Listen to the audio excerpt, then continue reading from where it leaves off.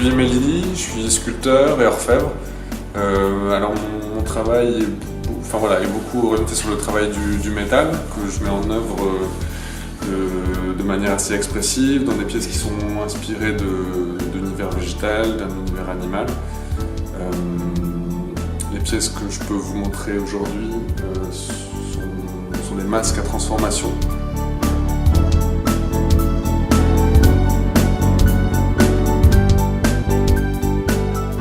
Un travail de sculpture, c'est-à-dire de chercher les formes en fait.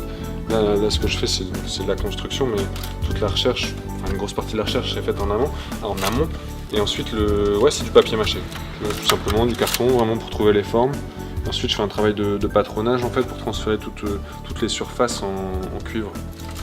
Donc j'aime bien garder un contraste entre des structures qui sont en ligne et des surfaces. En fait, je veux vraiment qu'il y ait un dialogue, garder des vides, que ce soit pas entièrement bouché. C'est l'avantage du métal, c'est qu'on a une certaine légèreté. Donc pour moi, au-delà de l'intérêt du sens que ça a, esthétiquement, je cherche à avoir un dialogue entre ces réseaux de fils et des surfaces. Voilà.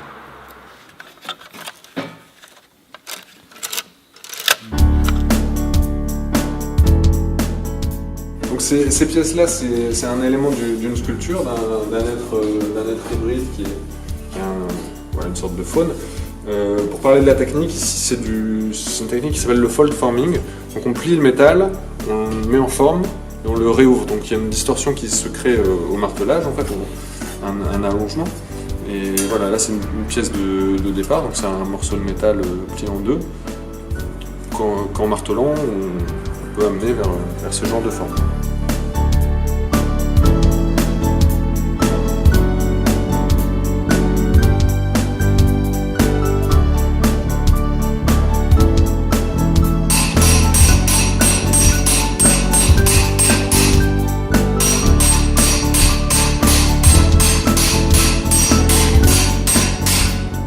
On voit que ça crée une sorte de courbure comme ça, donc ça va s'accentuer au fur et à mesure jusqu'à créer la forme de corne qu'on veut.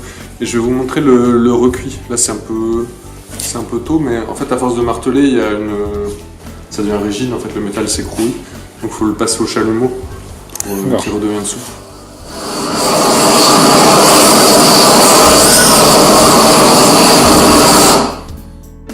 Et c'est une belle couleur rouge cerise, ça veut dire que le métal respire et redevient souple, donc on peut à nouveau le travailler.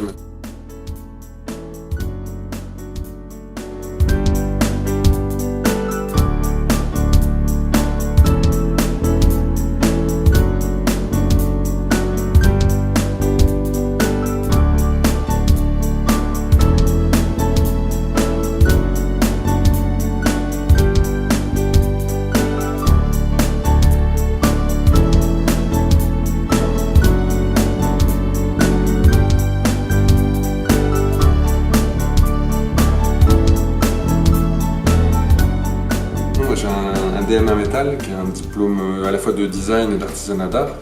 Et c'est un atelier qui était traditionnellement un atelier de dinanderie. Donc la dinanderie, c'est la mise en forme du cuivre en feuille.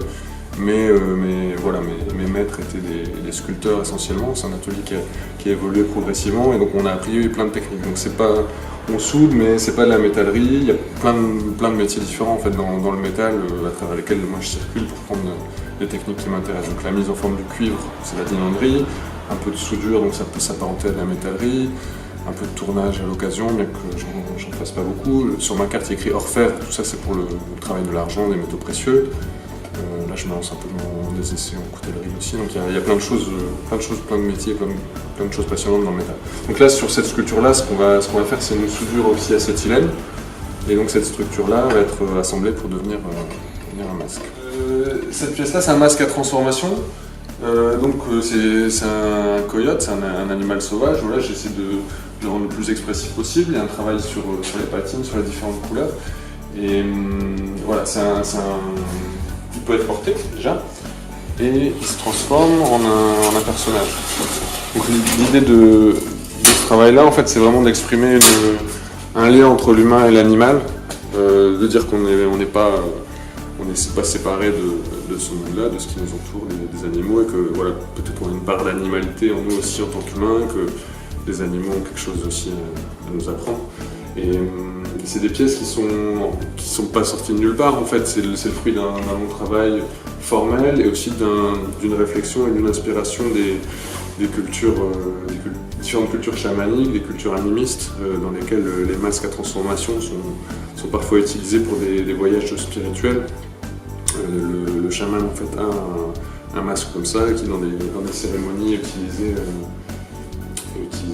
pour emmener les âmes dans différents niveaux de réalité et pour aussi guérir la société du monde réel, du monde concret dans lequel on vit ici. Donc c'est pour dire qu'il y a des liens.